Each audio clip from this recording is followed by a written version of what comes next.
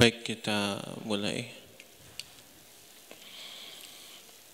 Bismillahirrahmanirrahim. Assalamualaikum warahmatullahi wabarakatuh.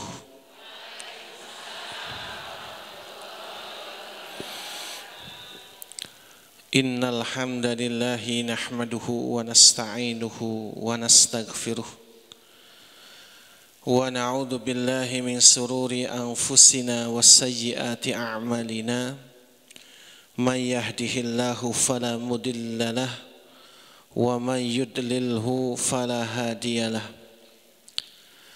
Asyhadu an la ilaha illallah wahdahu la syarikalah wa asyhadu anna Muhammadan abduhu wa rasuluhu la nabiyya ba'dah amma ba'd. Qala Allahu tabaraka wa ta'ala a'udzu billahi minasy syaithanir rajim ya ayyuhalladzina amanu taqullaha haqqa tuqatih wa la tamutunna illa wa antum muslimun. Faqala an-nabiyyu sallallahu alaihi wasallam ittaqillaha haitsu ma kunta wa atbi'is sayyi'atal hasanata tamhuha wa khaliqin nasa bi khuluqin hasan. Ummahat wa akhwat yang dirahmati Allah, alhamdulillah atas karunia yang Allah subhanahu wa ta'ala berikan pada kita semua. Pada pagi hari ini, di hari Senin 8 September 2025 yang bertepatan dengan 15 Rabiul Awal 1447 Hijriah. Kita alhamdulillah diberikan oleh Allah subhanahu wa ta'ala kesempatan, kekuatan sehingga bisa hadir di majelis ini dalam rangka Thalabul ilmi tawasaw bil haqqi wa tawasaw bis sabri. Dalam rangka untuk kita menambah bekalan untuk kita berbicara, untuk kita beramal, untuk kita beribadah kepada Allah, meningkatkan keimanan kepada Allah, memperbaiki ibadah kita, dan juga salah satunya adalah memperbagus akhlak kita. Tema kita pada kesempatan pagi hari ini apa Bu temanya? Rahasia kehitanan hidup bagi seorang muslimah. Coba kalau kita perhatikan dari tema itu, apa sebenarnya yang ada di dalam di balik tema yang luar biasa itu ya. Kenapa penting kita membahas itu? Karena banyak orang merasa hidupnya tidak tenang. Saya pengen tahu lah, Ibu coba dituliskan di bukunya, apa yang paling membuat Ibu tidak tenang saat ini ya. Kalau nggak ada, bilang nggak ada, nggak apa-apa. Yang paling, coba Ibu tulis apa yang membuat ibu paling tidak tenang hari ini? Apa yang membuat ibu tidak tenang? Ibu nggak tenang dalam hal apa? Tidak usah dijawab. Tulis aja dulu. Tulis, disobek kertasnya, nggak usah dikasih nama, nggak usah. Disobek kertasnya, saya pengen tahu aja. Nanti mohon yang paling depan mengumpulkan. Nggak apa-apa, ini qadarullah juga memang laptopnya ngeheng ya. Lagi nunggu laptop. Coba ibu tulis, sukarela saja, yang nggak mau juga saya nggak maksa. Jadi ibu tulis, apa yang paling membuat ibu ndak tenang hari ini? Paling ya, saya banyak 10, pilih satu aja. Paling, yang paling. Kertas kecil aja, tolong diarahkan ke depan, digulung, kayak arisan gitu, nggak apa-apa. Nggak usah dikasih nama, nggak usah. Itu rahasia ibu, jadi jangan dikasih nama malah. Nah, biar Allah yang maha tahu, saya nggak perlu tahu namanya siapa. Ibu juga biar nggak malu juga.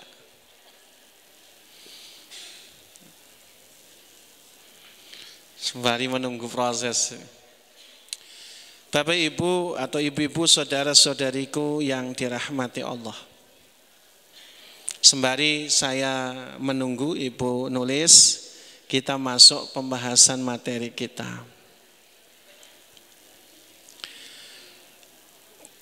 Ibu-ibu saudari-saudariku yang dirahmati Allah, hidup di dunia ini tentunya banyak hal yang membuat kita tidak tenang. Karena faktanya dunia itu bukanlah tempat kita bersenang-senang tanpa akhirnya. Kita pun kalau senang tuh nggak akan pernah selamanya. Di balik kesenangan itu ada kesedihan. Di balik kesenangan pun terdapat luka. Makanya kata seorang ulama, namanya adalah Imam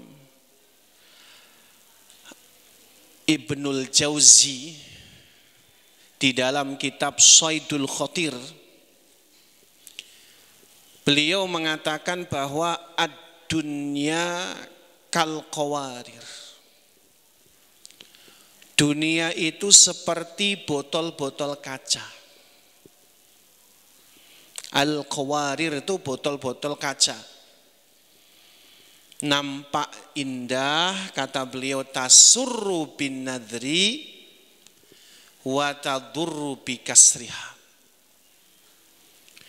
Engkau senang melihat botol itu indah sekali.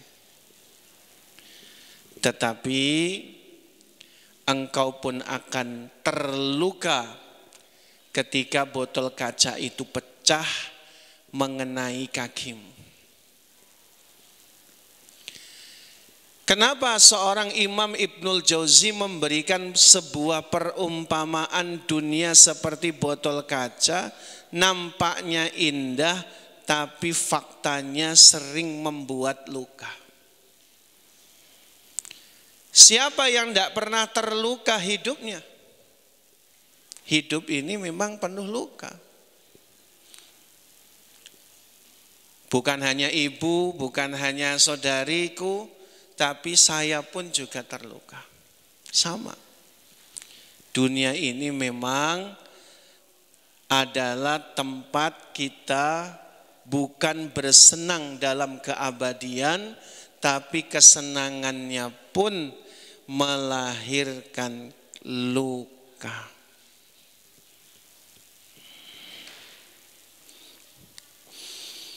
Tentunya setiap derita dan luka yang ada pada diri kita itu tidak mungkin kebetulan, umat. Jadi kalaupun kita terluka, kita menderita, luka dan derita kita itu tidak ada yang sifatnya kebetulan. Islam mengajarkan kepada kita bahwa semua hal yang terjadi pada diri kita itu adalah merupakan skenario Allah untuk kita. Luka saya dan luka ibu tentu berbeda. Tapi Allah sengaja membuat kita terluka. Itu memang skenario Allah, Bu. Tapi memang ada manusia yang hanya fokus pada lukanya aja. Tapi tidak melihat maksud Allah yang terkandung dalam setiap luka yang Allah berikan kepada kita.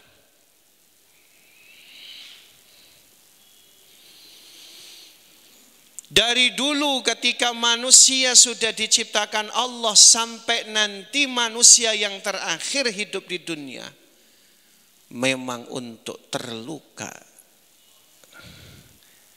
Makanya kalau ada di antara ummahat yang hari ini sedang terluka atau akhwat yang hari ini juga ada luka, luka kita sama, kita juga sama-sama terluka. Orang-orang terdahulu kita juga terluka, sama kena lukanya. Hanya tadi ada orang-orang yang mereka dengan luka itu justru semakin mendekatkan dirinya kepada Allah Subhanahu. Kata Syekh Muhammad Shalih Al-Utsaimin, beliau mengatakan bahwa orang-orang yang senantiasa beriman dan melakukan ketaatan, mereka tetap dalam ketenangan meskipun penuh luka. Mereka orang beriman bukan tanpa luka, tapi mereka itu bahkan penuh luka, tapi mereka tetap dalam ketentraman dan ketenangan. Allah membukakan lapang dadanya, luas pikirannya, memahami maksud dari apa itu yang namanya terluka, sampai kemudian tenang jiwanya. Sudah Bu, nulis Bu? Taib. Mohon yang di depan, Umi, Ukhti, tolong dikasih ke meja saya. Sedapatnya aja, sedapatnya. Digulung ya, enggak usah dikasih nama, enggak usah.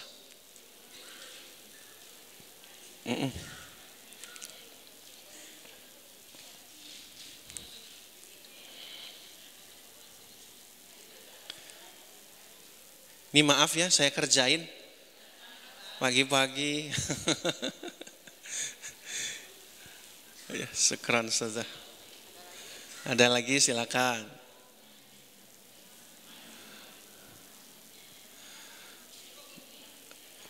Biar Ustazah, biar Ustazah. Harusnya ke depan aja sebenarnya.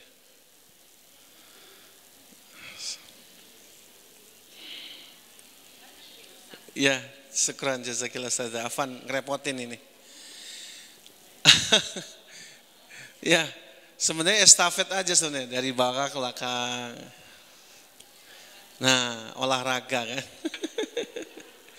Lumayan, berapa kalori itu. Taib, alhamdulillah sudah terkumpul, laptopnya juga bisa terhubung. Alhamdulillah. Masya Allah.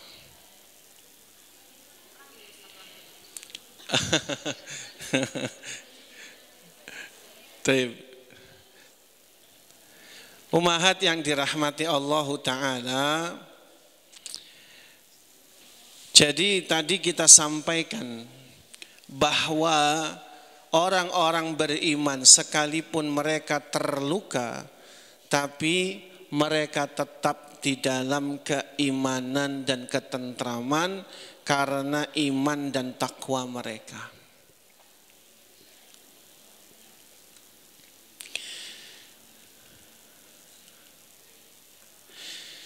Hakikat ketenangan jiwa berdasarkan bahasa lughawi secara etimologis, ketenangan itu dalam bahasa Arab adalah diwakilkan dengan kata as-sakinah. As-sakinah itu artinya keteduhan, ketenangan, diam, hilangnya kegelisahan.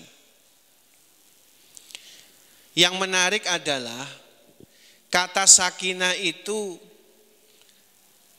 unsur katanya sama dengan as-sikin, as-sakan. Sama-sama sin, kaf, dan nun.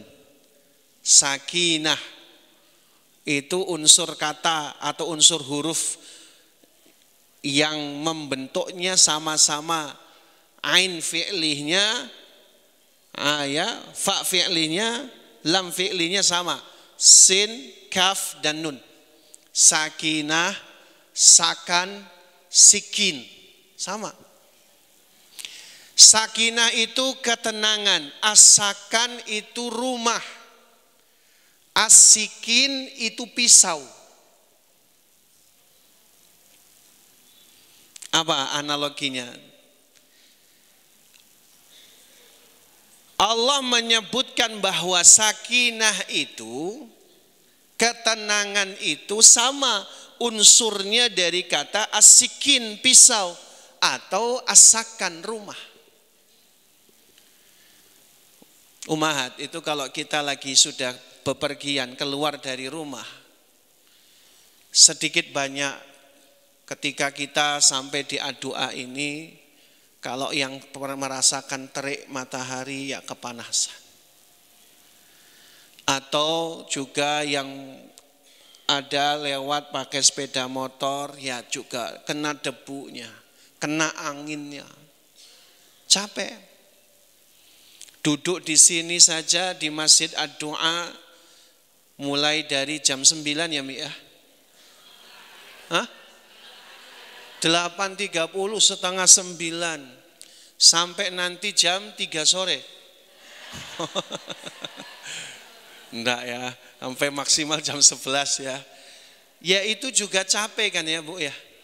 Buktinya apa? Dari tadi selonjoran juga tuh. Capek juga. Dalam keadaan kelelahan, dalam keadaan kita juga merasa kepanasan, apa yang kita inginkan? Pulang ke rumah. Apa yang dibayangkan pulang ke rumah? Kenyamanan, ketenangan. Yang panas jadi tidak panas. Yang kesel, ada orang yang bikin kesel. Sampai rumah pengennya ya nggak ketemu dia, ya akhirnya sudah tenang lagi. Makanya sakan itu juga tempat untuk kita mendapatkan ketenangan. Sementara asikin, pisau, apa hubungannya? Asikin, orang Arab itu menamakan pisau dengan asikin. Apa itu? Alat untuk segera menenangkan hewan sembelihan.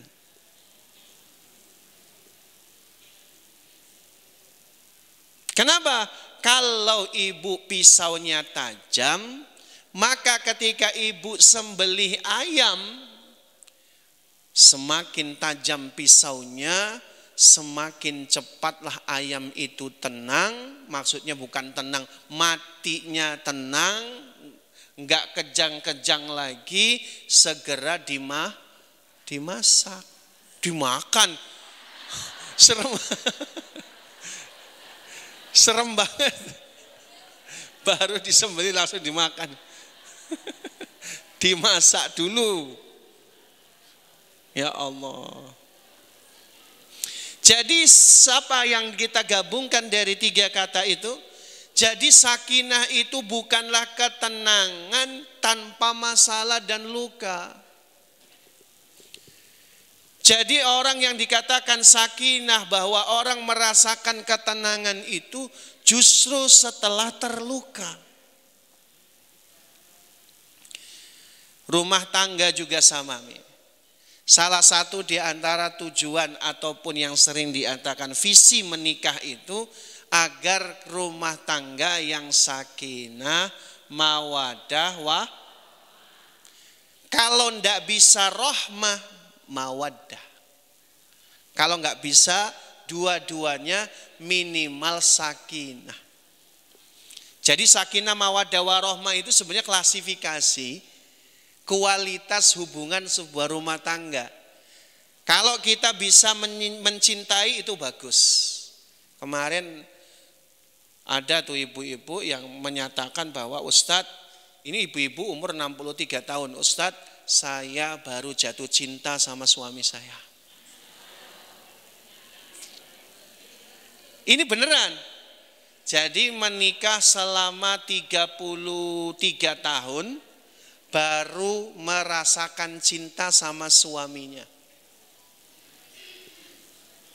Faktanya banyak sekali rumah tangga seperti itu. Banyak banget bahwa rumah tangga itu tidak harus didasari cintanya baru datang setelah menikah 33 tahun dan punya 5 anak. Jadi selama ini pakai apa? Selama ini pakainya antara sayang atau sakinah. Jadi ceritanya beliau ini adalah seorang anak yang sangat disayang, orang tuanya punya karyawan, karyawannya jujur, rajin ibadah. Biar anak perempuannya tidak diganggu laki-laki nakal, maka segera dinikahkan. Kalau di masa ibu-ibu yang umurnya setara atau yang lebih tua, itu kan sesuatu yang biasa. Zamannya masih Siti Nurbaya. Dan banyak anak-anak perempuan demi berbakti kepada orang tuanya ya siap saja menikah dengan ulasan itu. Tanpa didasari cinta. Nah akhirnya setelah 33 tahun jatuh cinta. Kenapa beliau cerita sama saya? Karena beberapa tahun sebelumnya curhatnya, Ustadz saya kok enggak cinta-cinta sama suami saya. Saya katakan, ibu minta, cinta itu minta sama Allah. Allahumma inni as'aluka hubbaka wa hubba ma yuhibbuka. Kita minta sama Allah cinta. Orang-orang yang sama-sama mencintai Allah. Makanya kalau ibu hari ini belum cinta sama suami, saya enggak cinta. Minta sama Allah. Cinta itu pemberian dari Allah, Bu. Siapa yang membuat kita cinta? Allah. Allah yang ngasih kita cinta. Oleh karenanya yang belum cinta, minta sama Allah cinta. Tapi ketika memang belum cinta, minimal sayang. Kalaupun tidak sayang, belum sampai kepada sayang, minimal sakinah. Apa itu sakinah? Tempat ibu merasakan ketenangan. Terluka, tapi kalau ada orang yang ada di samping ibu, paling tidak punya tempat untuk menenangkan.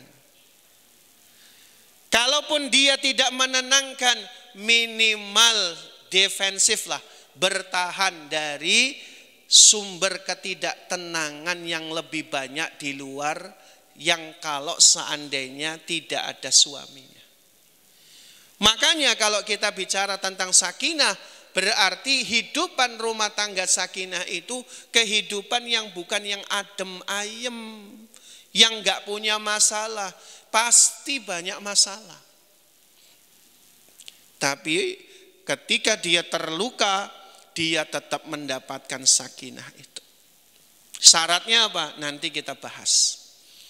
Berdasarkan istilah secara terminologis atau syara', ketenangan adalah keadaan hati yang mantap, tentram, ridho terhadap takdir Allah. Jadi apa yang membuat ibu tidak tenang di sini? Enggak ada, oke.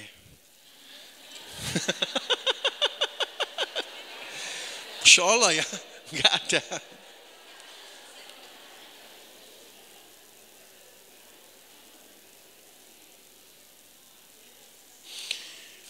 Ini yang bikin tidak tenang adalah kesendirian.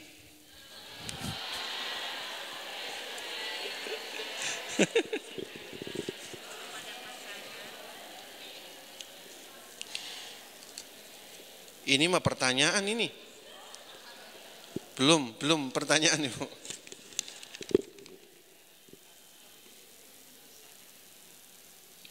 Masya Allah ya. Anak-anak khawatir tidak istiqomah di atas kebenaran.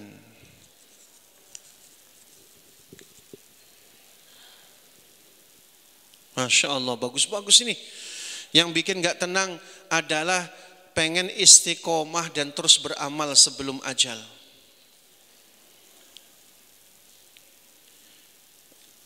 Ada juga yang tidak tenang tentang anak juga, karena belum dapat kemomongan.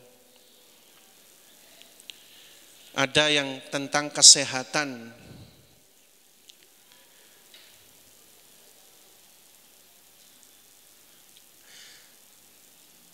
Masya Allah ya. Ada yang juga tidak tenang dalam konteks minimnya ilmu. Allah Akbar. Tentang ibadah juga. Masya Allah.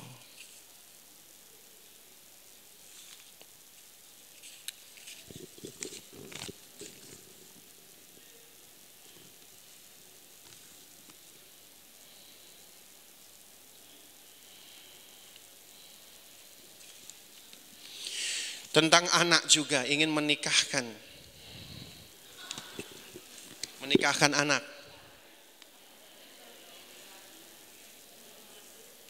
Khawatir tentang anak. Takut terjadi sesuatu peristiwa yang tidak mengenakan. Masya Allah ya, luar biasa nih jamaah doa nih. Yang tidak tenang, khawatir amal ibadah tidak diterima.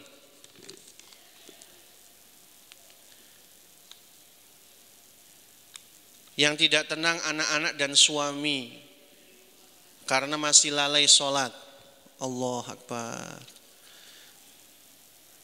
Takut amal ibadah enggak diterima, takut enggak masuk surga. Takut amal. Yang bikin aku tidak tenang, enggak ada makanan di rumah karena belum sempat masak. Jadi ibu belum masak, ya Allah.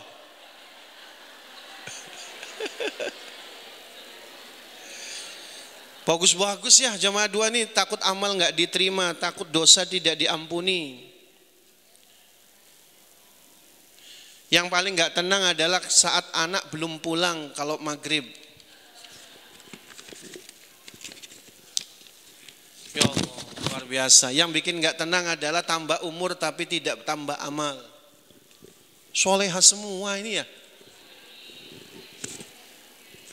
Yang nggak tenang ibadah nggak khusyuk. Allah Akbar. Yang bikin nggak tenang akhir-akhir ini sakaratul maut. Bisa nggak menyebut la ilaha illallah? Masya Allah. Merinding saya jamaah doa ini.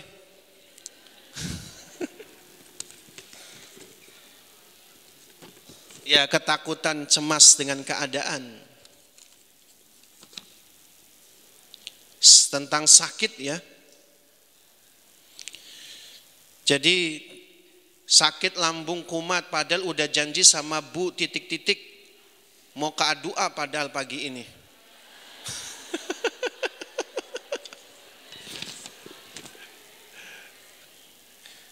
Apa yang membuat ibu paling tidak tenang? Mikirin anak.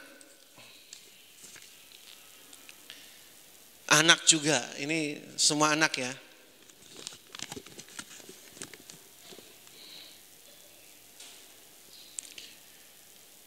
Mikirin bagaimana membahagiakan orang tua, Masya Allah.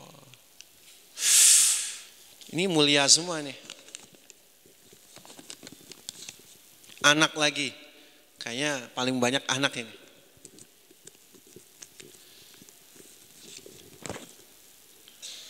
Anak lagi. Jadi kayaknya anak semua nih Bu. Saya simpulkan kebanyakan tentang anak ya. Ini masih banyak. Nanti insya Allah kita bisa buka nanti setelah pembahasan kita. Baik, kita mari tadabbur surah Al-Fatih ayat yang keempat. A'udzu billahi minasyaitonir rajim. Huwallazi anzalas sakinata fi qulubil mu'minina liyazdadu imanam ma'a imanihim. Walillahi junudus samawati wal ardi wa kanallahu aliman hakima. Dialah yang menurunkan ketenangan ke dalam hati orang-orang mukmin supaya keimanan mereka bertambah di samping keimanan mereka yang telah ada. Dan kepunyaan Allah lah tentara langit dan bumi, dan adalah Allah maha mengetahui lagi maha bijaksana. Surat Al-Fatih ini diturunkan, itu adalah asbabun nuzulnya pasca peristiwa perjanjian Hudaybiyah. Jadi para sahabat itu kesel. Hatinya enggak terima Nabi menerima isi perjanjian yang nampak berat sebelah.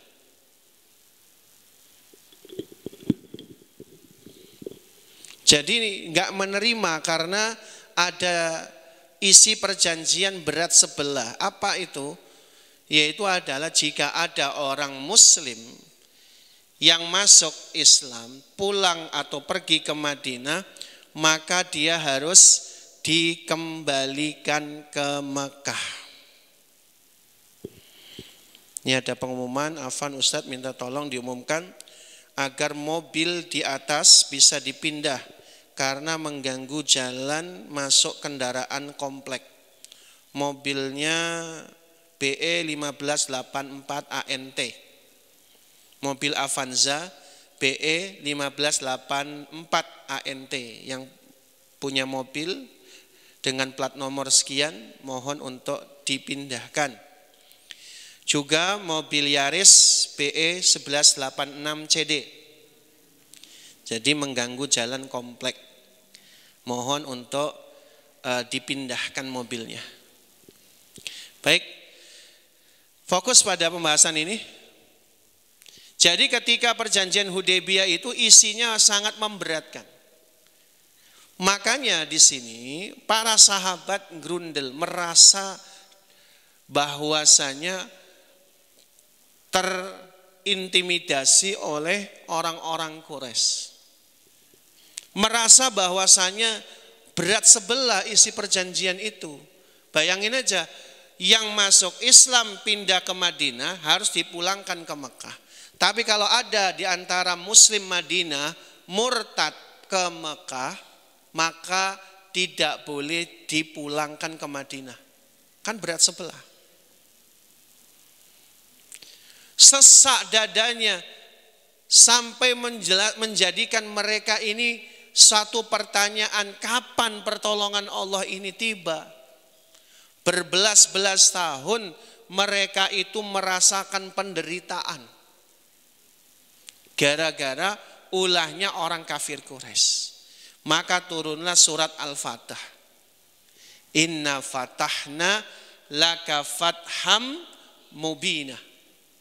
Janji kemenangan Allah berikan kepada mereka setelah mereka merasakan kesempitan dada, menerima kenyataan bahwa mereka tidak jadi pergi haji pada tahun itu, dan mereka mendapatkan satu isi perjanjian yang memberatkan mereka.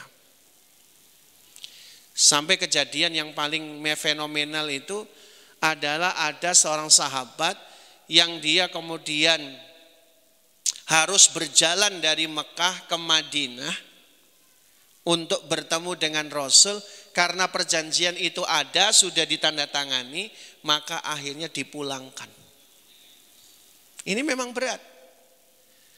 Tetapi sesungguhnya Allah Subhanahu wa ta'ala punya metodologi. Bagaimana orang-orang beriman bisa merasakan ketenangan adalah karena mereka beriman dengan janji-janji Allah Subhanahu wa ta'ala. Akhirnya tidak lama setelah perjanjian Hudaybiyah itu, kurang dari 2 tahun umat Islam menaklukkan kota suci Makkah. Kemudian bagaimana sesak dadanya Rasul dan para sahabat ketika di perang Badar Kubra, jumlah mereka yang hanya 313 melawan 1000 pasukan Quraisy. Nabi sampai berdoa, yastaghis, beristighosah. Istighosah itu artinya minta tolong yang sangat. Allah abadikan iz tastaghisuna rabbakum. Dan ingatlah ketika kamu beristighosah, minta tolong yang sangat kepada Rabbmu agar diberikan kemenangan. Kalau ngelihat jumlahnya dari 313 melawan 1000 orang itu kan 3 kali lipat lebih banyak. Berat. Tapi Allah kemudian mengabulkan doa Nabi, fastajabalakum anni mumiddukum bi alfim minal malaikati murdifin. Maka kemudian Allah turunkan dari langit 1000 malaikat yang turunnya berangsur-angsur. Padahal Umi, 1 malaikat saja itu bisa ngangkat gunung Raja Basah. Bisa. Apalagi 1000. Artinya apa? Bagi Allah tuh gampang menolong orang beriman tuh, gampang banget. Bahkan ketika malam di perang Badar itu, turunlah hujan. Idh yughashshikumun nu'asa amanatan minhu wa yunazzilu alaikum minas sama'i ma'an liyutahhirukum bih wa yudhiba ankum rizzas syaitan. Dan ingatlah pada malam itu Allah kasih pertolongan kepadamu, yaitu berupa rasa ngantuk. Jadi rasa ngantuk itu pertolongan Allah. Tapi bukan ngantuk pas kajian ya. Ngantuk pas kajian bukan. Tapi nikmat loh, kita bisa tidur tuh nikmat. Makanya Umi kalau ada suaminya suka tidur, itu jangan suka diganggui. Memang hiburannya para laki-laki itu tidur. Laki-laki itu kalau ibu ajak ke pantai, sampai di pantai tidur. Memang nikmatnya mereka itu tidur di samping ibu. Itu ada studinya itu. Jadi laki-laki itu kalau di samping orang yang dia sayangi, itu kemudian karena dia banjir oksitosin, akhirnya dia ngantuk. Kalau ibu lagi banjir oksitosin malah melek. Kebalik tuh. Makanya kalau ada suami ngantuk itu pertolongan Allah. Sebenarnya bagus suami tidurnya di rumah. Nah, kalau ibu gangguin, nanti tidurnya di mana? Jadi makanya tidur itu nikmatnya luar biasa.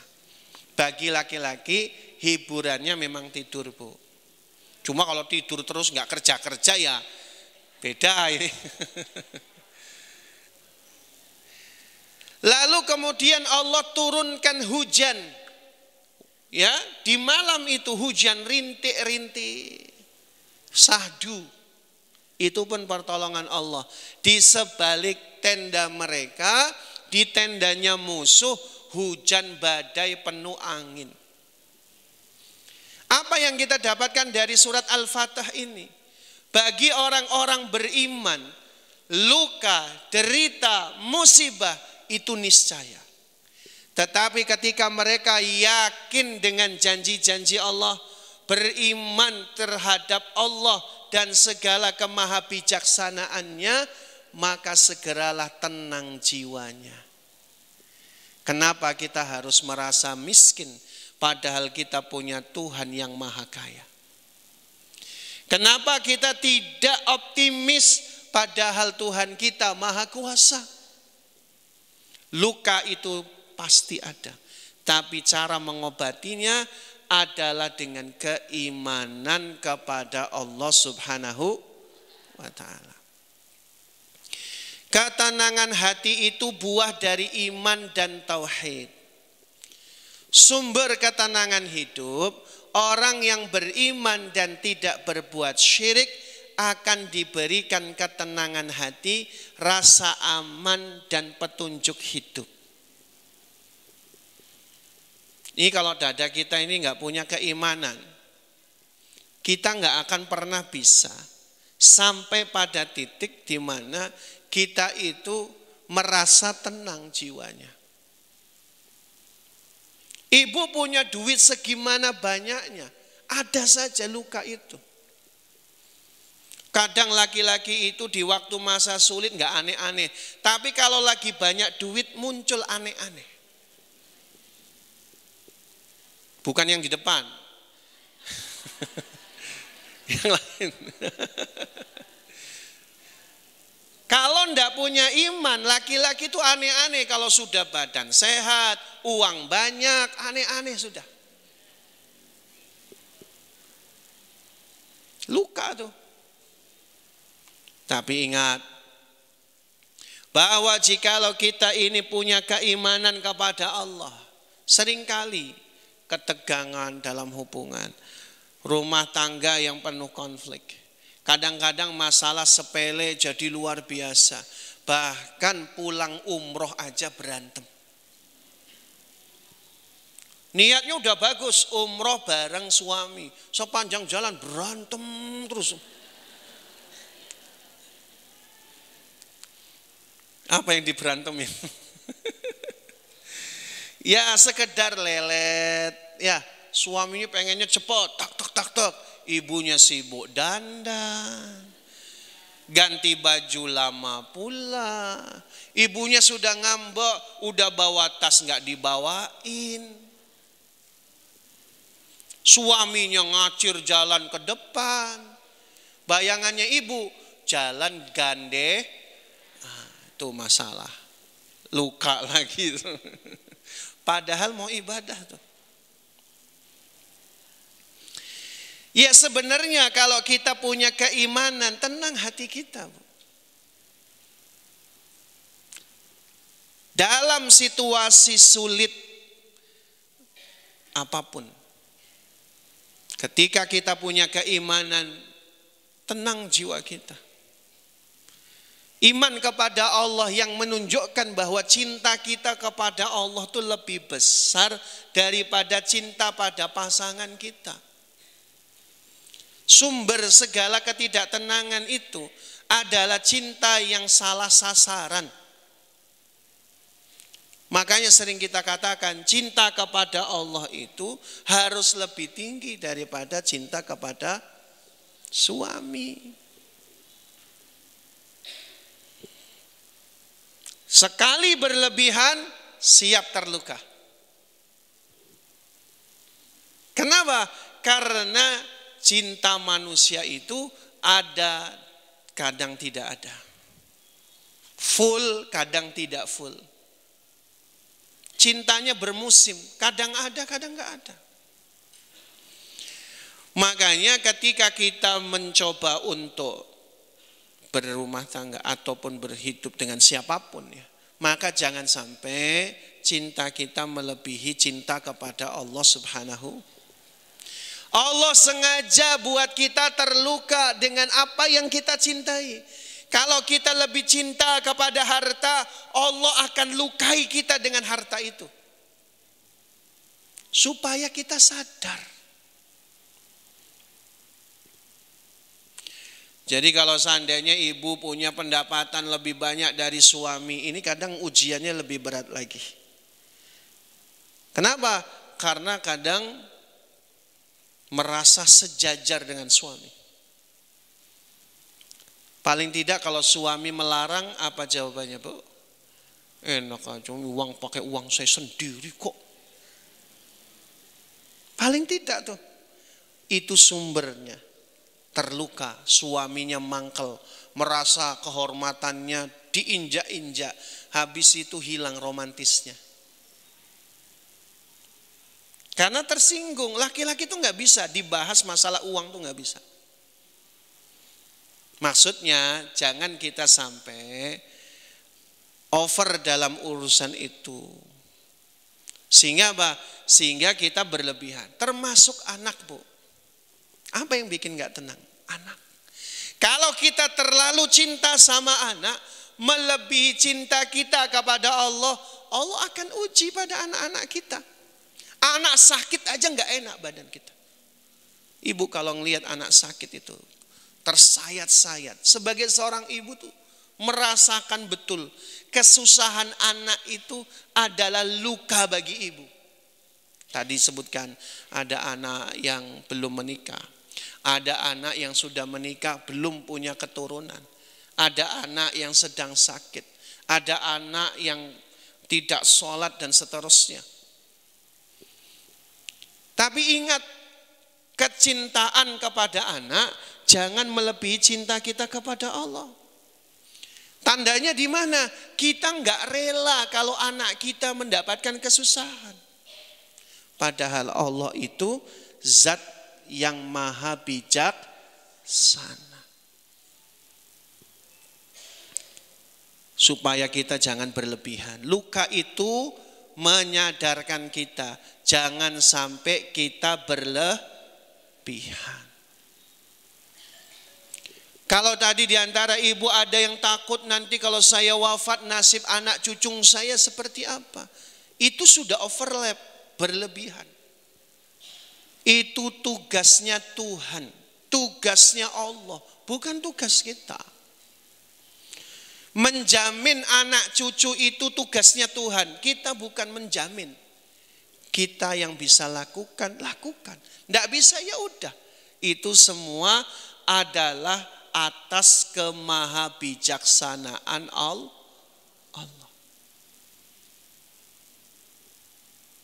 Makanya ketika kita pengen mendapatkan ketenangan hidup, kita harus benar-benar pasrah sama Allah. Bahkan keimanan mendatangkan ketenangan di saat sulit. Allah memberikan ketenangan kepada sahabat Nabi dalam kondisi terancam karena keimanan mereka. Ketika perang Ahzab. Perang Ahzab itu perang sekutu. Ahzab itu sekutu. Jadi orang Quraisy bersekutu dengan suku-suku Ghatafan, suku-suku musyrik lainnya, terkumpullah 10.000 pasukan. Bayangin nih, 10.000. Tadi aja 1.000 aja udah luar biasa berat. Ini 10.000. Belum pernah di Hijaz khususnya terkumpul pasukan musuh sebanyak 10.000 orang. Sementara jumlah orang muslim dijumlahkan mau laki, mau perempuan, mau dewasa, mau lansia, mau anak, itu enggak ada 3.000. Maka bagi orang-orang yang munafik, sesak dadanya, dia katakan, tuh kamu nggak taat sih, nggak dengerin omongan saya. Coba kamu nggak masuk agama Muhammad, kamu nggak bakalan dikepung 10.000 orang ini. Tapi apa kata orang beriman? Sungguh apa yang kami lihat ini menjadikan kami semakin yakin kepada Allah. Kenapa, Mi? Karena bahwa orang beriman itu yakin dengan janji Allah Subhanahu wa taala. Dan faktanya pasukan Ahzab ini, Pak, Ibu, kocar-kacir hanya dengan badai angin yang menerpa tenda mereka, yang tenda-tendanya terbang bagaikan dihempas angin puting beliung. Kelar, selesai. Orang beriman itu bahkan di kondisi yang sulit masih menemukan ketenangan. Walaupun secara fisik terluka, tetapi batinnya tenang. Maka sering kita bilang, kalau ada kita merasa cemas dengan saudara kita di Palestina, iya mereka nangis secara fisik, tapi secara batin mereka tenang. Buktinya apa? Mereka tidak lari dari Gaza. Bagi kita melihatnya itu sebuah penderitaan yang luar biasa. Tapi bagi mereka yang tumbuh subur keimanannya, cintanya kepada Allah lebih besar dari apapun, kematian hanyalah satu jalan tercepat untuk dia melampiaskan rasa rindunya kepada Allah. Allah berfirman, wa man kana yarju liqa'a rabbih liqa Allah fa inna ajalallahi la'at. Siapa yang rindu ingin berjumpa dengan Allah, ketahuilah ajal pasti tiba. Masalahnya tadi ada yang dikhawatirkan tentang kematian. Masalahnya kita masih mengkhawatirkan dunia. Pengen umurnya nambah lah, minimal cucung nikah.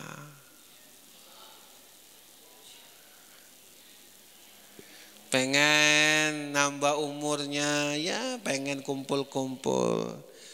Ya. Pengen bareng-bareng sama suami terus. Sampai ada ibu yang ditanya, Bu, kira-kira kalau yang meninggal duluan ibu apa suami dulu? Jawabannya mencengangkan ya wanita itu, lebih baik suami saya dulu. Ini survei.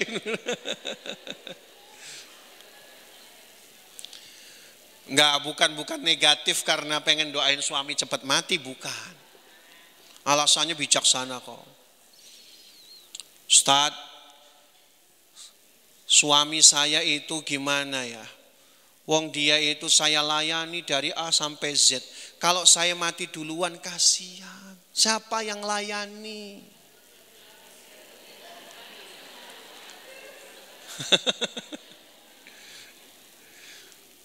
Iya Bu, benar, ada banyak suami itu kalau istrinya meninggal duluan cepat nyusul dia. Kenapa? Ya biasa dilayani oleh istrinya dari A sampai Z, dia nggak dapatin, akhirnya ya cepat meninggal duluan, kesepian ya. Tapi bagi wanita tadinya, kalau suaminya meninggal duluan, masih bertahan dia berpuluh tahun. Karena dia bisa ngurusi diri sendiri. Ini kajian positifnya begitu. Dalam konteksnya ya Allah ya. Jadi intinya apa? Sebenarnya di masa-masa sulit bagi orang beriman akan menemukan jalan. Allah tidak akan pernah meninggalkan kita sedikit pun, tidak pernah. Sekalipun kondisi terancam. Kalau kita misalnya benar-benar yakin kepada Allah, maka semua itu adalah kebaikan bagi kita. Paling tidak, kalaupun itu sebuah rasa sakit, menggugurkan dosa. Banyak orang-orang minta sama Allah, ya Allah, inni astaghfiruka wa atubu ilaika. Minta ampun dan minta taubat kepadamu. Padahal ketika kita minta ampun dan bertaubat kepada Allah, pintu taubat terbuka, tapi turunnya maghfirah belum tentu.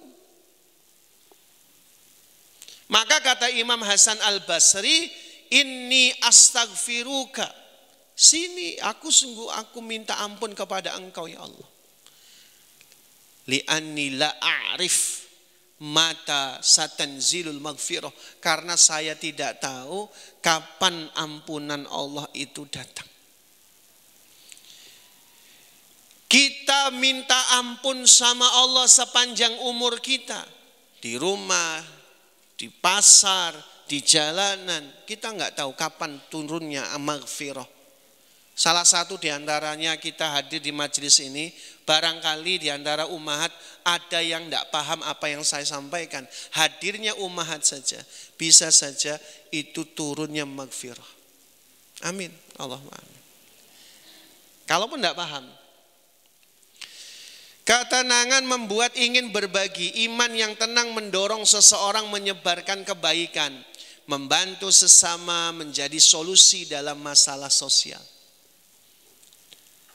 Ketika dia punya uang, hatinya kaya, dia ingin berbagi kepada orang lain. Dia tidak takut miskin karena Allah yang maha kaya. Ketika dia berbagi kepada orang lain, dia tidak akan merasa, wah nanti saya kurang. Enggak, dia yakin Allah maha memberi rizki.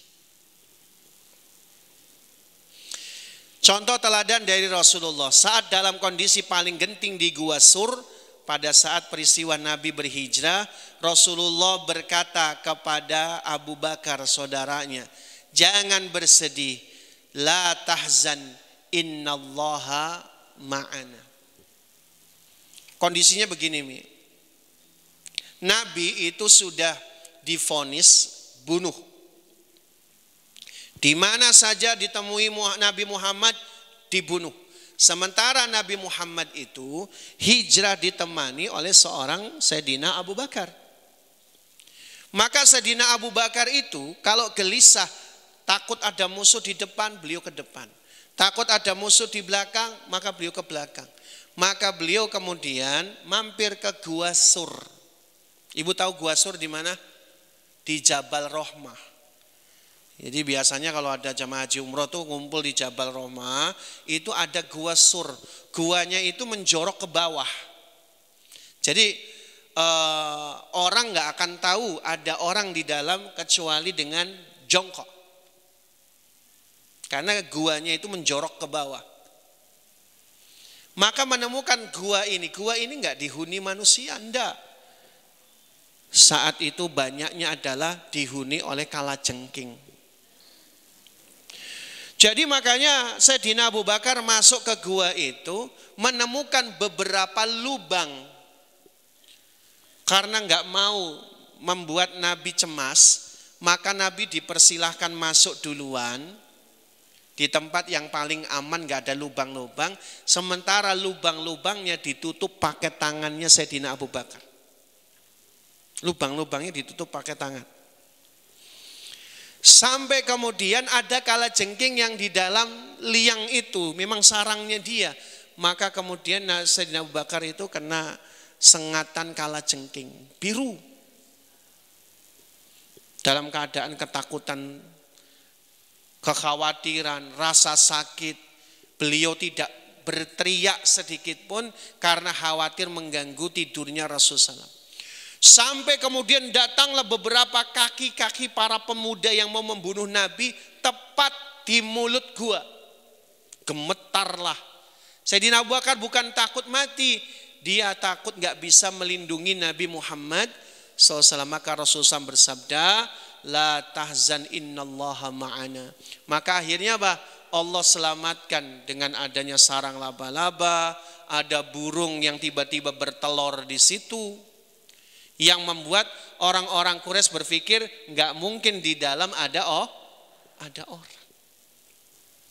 Jadi Allah itu membuat sebuah skenario pertolongan itu memang tidak bisa diduga, disangka oleh kita. Seringkali kita itu melihat apa yang kita rasakan hari ini tok, padahal masa depan kita tidak tahu.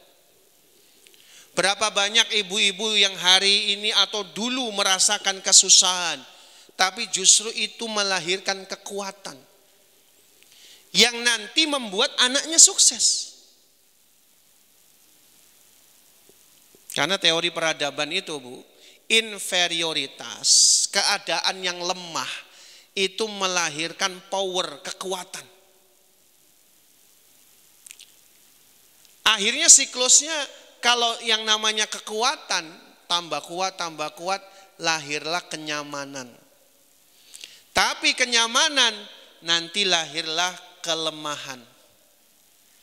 Makanya zaman dulu misalnya ketika kita bersama orang tua, betapa sulitnya hidup, membuat kita jadi tercambuk untuk melakukan perubahan. Itu kekuatan. Makanya jangan sampai kita menilai peristiwa itu ya hanya pada apa yang kita rasakan hari ini, tapi apa yang bisa Allah kemudian rencanakan di masa depan. Sama dengan bagaimana Ummu Sulaim dengan Abu Talhah punya anak sematawayang, Allah wafatkan, Bu. Allah wafatkan. Lalu pada malam harinya menghibur suaminya Abu Talhah, pada malam itulah Allah kemudian tanamkan benih orang saleh. Satu anak sematawayang yang bernama Abdullah melahirkan 7 ulama besar. Kita nggak tahu di masa depan. Maka di tengah kekacauan adalah karunia mahal dari Allah. Salah satu di antara karomah terbesar yang Allah berikan kepada umat ini tetap di dalam ketenangan. Cobaan dalam kehidupan ada tentang penyakit. Tidaklah seorang muslim ditimpa keletihan, penyakit, kesusahan, kesedihan, gangguan, bahkan duri yang menusuknya, kecuali Allah menghapus sebagian dosa-dosanya dengan itu. Nanti di padang mahsyar, ketika semua orang menderita karena matahari didekatkan tinggal 1 hasta. 1 hari pada saat itu rasanya seperti 50.000 tahun. Orang-orang tenggelam dengan keringatnya, terik, haus. Tapi ada orang yang bahkan dia mendapatkan naungan Allah, naungan awan. Yang lain kepanasan, dia enggak kepanasan. Dia tidak tenggelam dengan keringatnya. Bahkan bagi dia 1 hari di mahsyar rasanya cuma 1 jam saja. Bagi orang umum 1 hari seperti 50.000 tahun. Tapi bagi orang ini 1 hari cuma rasanya 1 jam saja di mahsyar itu. Siapa orang ini? Ahlul musibah. Orang yang selama di dunia banyak mendapatkan musibah, banyak merasakan penyakit. Maka di dalam hadis Bukhari disebutkan sampai ahlul afiyah yang hidup di dunia jarang kena penyakit iri. Andaikan dia dikembalikan di dunia, andaikan setiap kulitnya merasakan sakit dan derita, tentunya di mahsyar tidak merasakan kepayahan seperti itu. Makanya tenang Ibu, yang hari ini lututnya susah ditekuk, yang jalannya tertati-tati, pindah tempat saja butuh waktu. Ini umum penyakit orang Indonesia. Karena kebanyakan ya tumpuannya cuma tulang. Jarang dilatih ototnya. Makanya yang masih sehat jalan supaya otot betisnya kuat. Ya. Hingga apa? Tulangnya jadi ringan. Kemasannya banyak masalah ibu-ibu tuh sudah makin tua, tulangnya makin keropos, osteoporosis, berat badannya obesitas, jarang olah. Itu kena deh. Kalau sudah gitu renang, ya olahraganya renang. Kalau jalan udah sakit ini lututnya, renang olahraganya. Ya. Yang lagi khawatir tentang harta dan finansial, yang dia gelisah karena harta haram. Ingat, harta haram menghancurkan ketenangan. Nabi bersabda, setiap daging yang tumbuh dari yang haram, maka neraka lebih berhak baginya. Di dalam Al-Quran bahkan Allah katakan, innallaha yamhaqur riba wa yurbis shadaqat. Allah menghancurkan, meluluh lantakkan harta riba. Uang haram itu Bu tidak akan berkah. Nominalnya barangkali dia sudah korupsi 1,7 triliun. Tapi uang itu hanya akan mendatangkan kehancuran. Dia punya anak dan istri, anak istri yang tidak taat. Dia punya harta, hartanya pun tidak memberikan manfaat. Ketika dia punya kendaraan, kendaraannya pun gampang rusak dan sumber kecelakaan. Makanya cukupkanlah dengan yang halal, biar tenang hidupnya. Buat apa sih dengan korupsi? Ujung-ujungnya nanti apa? Flexing lagi, pamer. Begitu pamer dijarah kan? Salah siapa? Salah dia. Punya uang, uangnya kalau haram itu panas. Pengennya kalau orang dapat uang haram tuh pengennya dipamerin, flexing. Punya jam tangan 11 miliar pajak. Iya. Semuanya lihat, rumahnya 150 miliar diperlihatkan bangganya. Dijarah. Yang paling enak itu kalau kita itu hidup pengen tenang, apa adanya, harta yang halal. Tidak perlu dipamerkan, tidak usah. Paling enak tuh nggak pamer Umi. Enak banget. Hidup tenang, gak banyak musuh.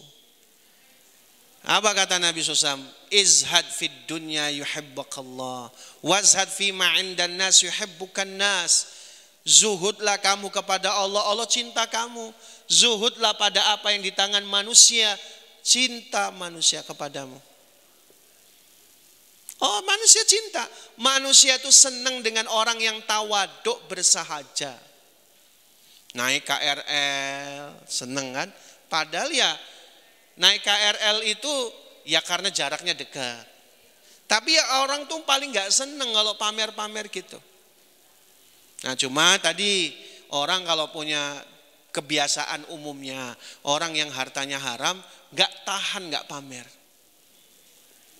Tapi kalau hartanya halal, ya ada juga yang pamer, ada. Tapi lebih mudah untuk tidak pamer. Buat apa sih? Ibu punya emas, ya ndak usah pula lah dipakai semua.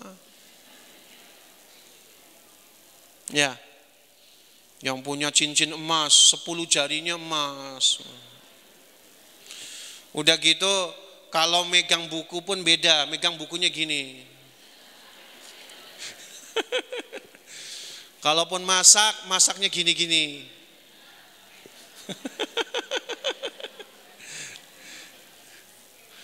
Utang mendatangkan kegelisahan. Wah, ini kita semua nih. Siapa yang tidak tenang karena hutang? Memang hutang itu membuat kita gelisah. Paling enak tuh apa? Ada, silakan dibeli. Kalau enggak ada, qanaah. Jangan utang. Utang tuh enggak enak. Minimal apa kalau hutang itu, Mi? suka bohong. Banyak di antara kita itu sebenarnya Allah kasih jalan bayar hutang, cuman kita lebih mementingkan gaya hidup. Gaya hidup. Karena apa? Hutang itu sebenarnya bagian dari rezeki Allah, tapi hutang yang disarankan adalah yang hubungannya adalah untuk defense, survive, untuk bertahan hidup, bukan gaya hidup. Kalau gaya hidup nggak kelar-kelar. Buat apa sih? Mobil kita hutang, pamer di depan arisan. Teman-teman arisan mobil baru, padahal hutang. Nanti teman-teman arisan kapan bawa kita ke pantai? Yang punya mobil yang nyetir, yang punya mobil ya bensin, yang punya mobil nanti takut dikatain pelit, harus ada minuman dan snack. Padahal yang nyetir mikir bayar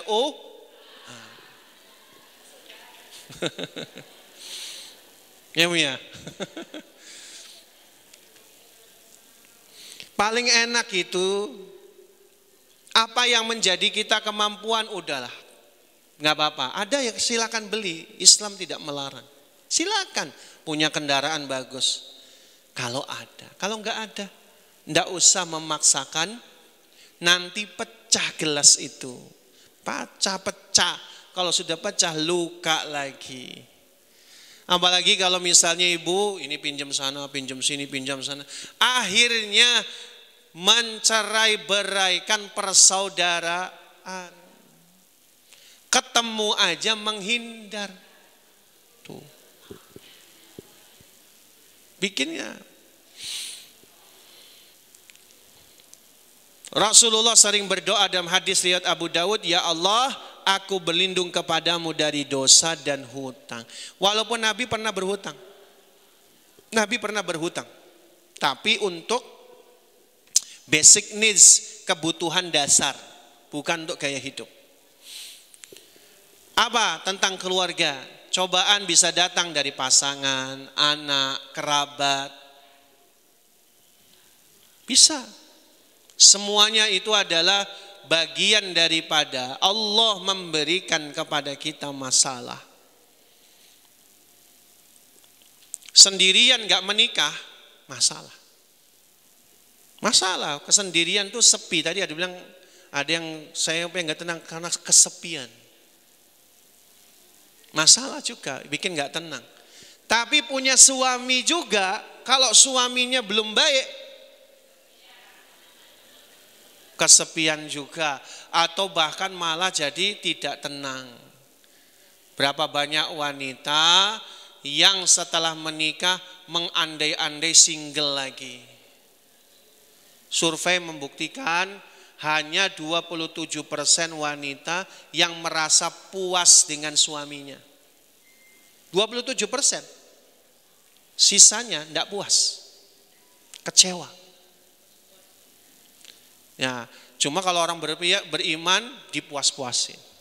Disabar-sabarin. Saya nggak beriman minta cerai kalau nggak beriman. Ya bukan nggak beriman, kurang ya. Jadi kurang sabar. Menikah itu nambah masalah, pasti. Umi biasanya ya terserah Umi lah, kapan mandi terserah. Mau kapan dandan terserah. Tapi kalau punya suami, mandi terus, dandan terus. Ya bagaimana bisa melayani suami kan? Punya anak nyari masalah lagi tuh. Makanya sebenarnya semua itu Allah sudah jadikan. Allah berfirman, kami jadikan sebagian kalian sebagai ujian bagi sebagian yang lain. Kuncinya apa? Apakah kalian bersabar? Kalau kita nggak menyabar-nyabarkan diri, kelar udah. Manusia kalau egois begitu. Kalau nggak menyabar-nyabarkan diri, selesai. Maka ada wanita yang kemudian dia punya sebuah standarisasi khusus untuk siapa yang jadi suaminya. Sudahlah menikah, ketika suaminya standarisasinya menurun performanya, ini kamu performa sebagai suami selama 6 bulan ini menurun ya. Maka dengan ini saya gugat cerai kamu. Ada yang kayak gitu, Mi. Beneran ada kasusnya. Jadi suami istri sudah kayak hubungannya hanya partnership saja, dan kalau partnernya itu performanya menurun, cut, ganti pemain. Itu ada, Mi, ada. Coba kita tengok rahasia mengatasi permasalahan agar membuahkan ketenangan. Di dalam Al-Fat ayat 18, fa'alima ma fi qulubihim fa'anzalas sakinata 'alaihim wa athabahum fathan qariba. Maka Allah mengetahui apa yang ada dalam hati mereka, lalu menurunkan ketenangan atas mereka, memberi balasan kepada mereka dengan kemenangan yang dekat waktunya. Dikit lagi ya.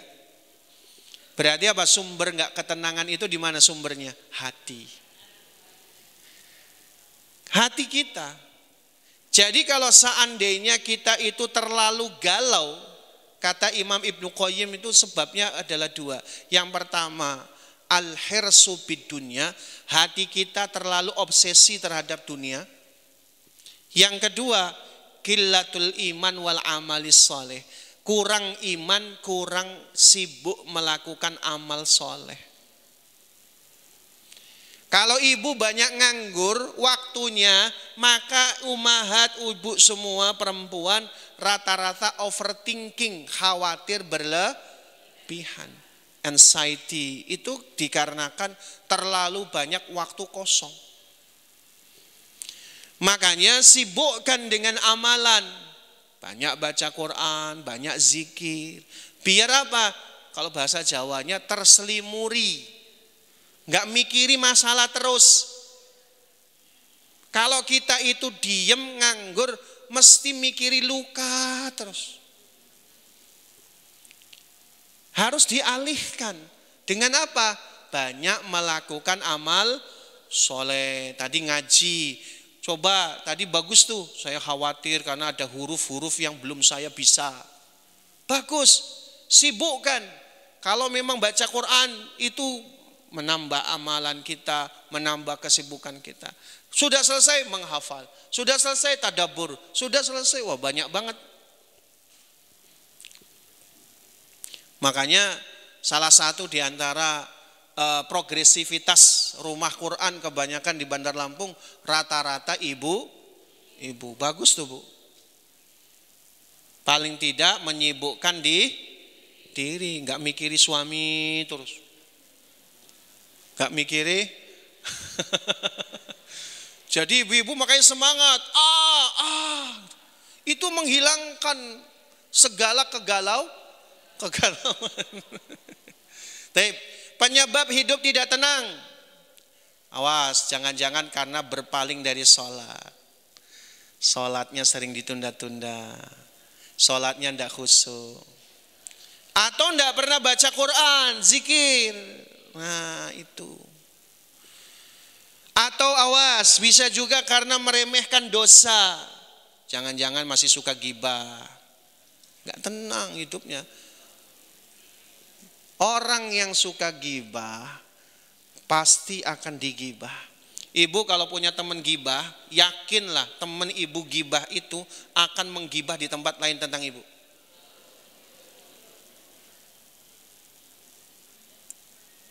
Mesti begitu.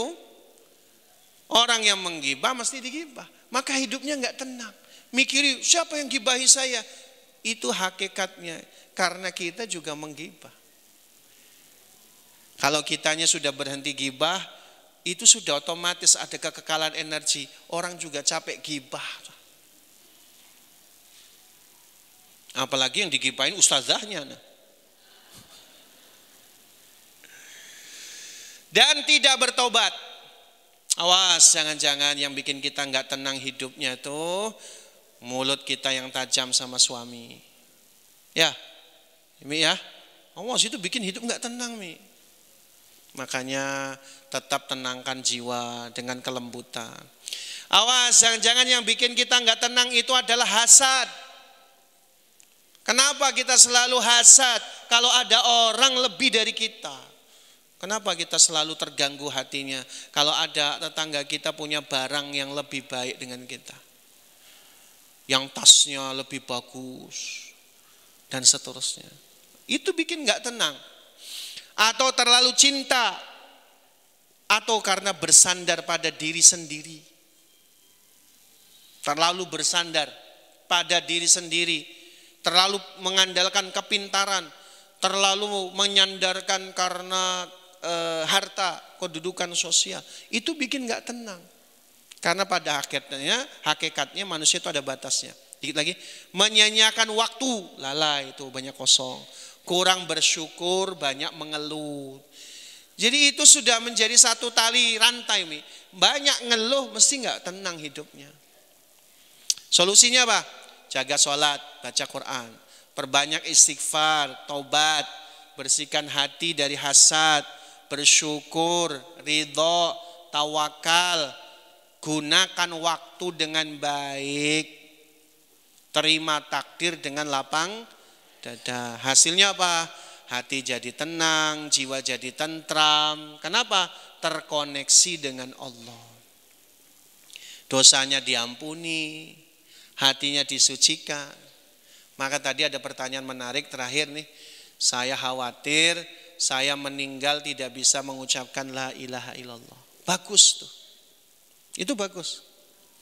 Tapi kata Imam Al-Hakim, beliau mengatakan orang soleh itu cirinya cuma dua. Salah satunya adalah jika ditawarkan kematian, dia tidak menolaknya. Kenapa, Mi? Karena dia sudah soleh. Karena selama ini dia tidak pernah menyia-nyiakan sholat. Karena dia selama ini tidak pernah berbuat dosa sengaja. Karena selama ini dia betul-betul jaga waktunya untuk melakukan amal kebaikan, menghilangkan diri, menghilangkan maksiat. Tapi sekali saja tidak terpenuhi itu, sholat kita masih lalai, kita juga takut kematian. Maka biar lebih tenang apa? Gunakan waktu dengan baik. Wallahu a'lam bishawab. Saya kira cukup sampai di situ dulu pembahasan kita. Resep hidup tenang muslimah ya, rahasia ketenangan hidup bagi muslimah. Demikian yang bisa disampaikan. Ada pertanyaan yang masuk? Saya agak cepat aja. Assalamualaikum Ustadz, Afan anak tidak tenang karena hutang riba yang banyak. Takut kalau umur tidak panjang, hutang belum lunas. Sementara anak lagi istiqomah mau hijrah meninggalkan riba, bagaimana mengatasinya? Taib, tidak ada manusia yang tak berdosa. Sebaik-baik orang berdosa yang taubat nasuha. Udah taubat nasuha. Adapun dosa ribanya, kalau Allah ampuni, jadi dosa riba itu bukan di harta ribanya, tapi di transaksinya. Kalau memang sudah taubat, ya udah selesaikan aja ketanggungannya. Kalau ndak lunas, berarti lagi banyak amal soleh dulu. Jadi sekarang lagi hijrah, mumpung lagi semangat, yang wajib dikerjakan, yang sunnah ditegakkan, adab-adabnya semua dilakukan, maksimalkan ibadah. Kalau misalnya umur kita ndak cukup bayar hutang, ya nanti diwariskan oleh ahli waris. Kalau ndak, nanti kita bayar dengan amal soleh kita. Assalamualaikum Ustadz, aku punya anak-anak yang satu sudah mondok, alhamdulillah. Yang satunya mau ikut mondok, tapi kondisi perekonomian yang sulit seperti ini dan kakek neneknya melarang, khawatir biayanya berat. Anakku banyak takut nggak bisa lanjut, bagaimana cara meyakinkannya supaya kita tenang? Masya Allah. Jadi Allah itu akan memberikan jalan keluar. Minta doa sama Allah, Allah akan bimbing. Banyak kok pondok yang gratis. Banyak. Ya dicari ya. Berarti anak-anaknya harus disiapkan. Apa syarat-syarat misalnya mondok gratis. Tapi jangan asal gratis, yang juga pondoknya baik. Ya. Jangan asal gratis malah masuk jebakan Batman. Orang-orang yang nauzubillah kadang nggak bertanggung jawab. Ya kan? Tetap harus selektif ya. Yang jelas niat yang sudah baik, doa ya, ikhtiar maksimal, mudah-mudahan Allah berikan kemudahan. Cukup saya kira, pertanyaan cuma ada 2. Jadi cukup sampai di sini. Oh ini ada pertanyaan lagi, maaf. Bismillah, bagaimana cara melunasi hutang? Sudah usaha menjual aset tapi belum laku. Setiap saat sudah berdoa dan berikhtiar. Doa terus, usaha terus. Tadi sudah kita sampaikan ya, masalah hutang tuh Allah yang bayar. Allah yang bayar. Allah akan kirimkan insya Allah untuk dibayarkan hutangnya dengan jalan yang tidak disangka-sangka. Kalau tidak, perbanyak amal soleh. Bersedekah bukan harus dengan uang. Sedekah itu dengan pikiran, tenaga, waktu, bantu orang, ingan tangan. Mudah-mudahan itu bisa dijadikan jalan nanti di akhirat kelak. Amin. Billahi taufik wal hidayah. Saya mohon maaf kalau ada perkataan yang kurang berkenan. Semua kebaikan dari Allah, keburukan dari saya pribadi. Waktu dan tempat saya kembalikan ke Ustadzah. Assalamualaikum warahmatullahi wabarakatuh.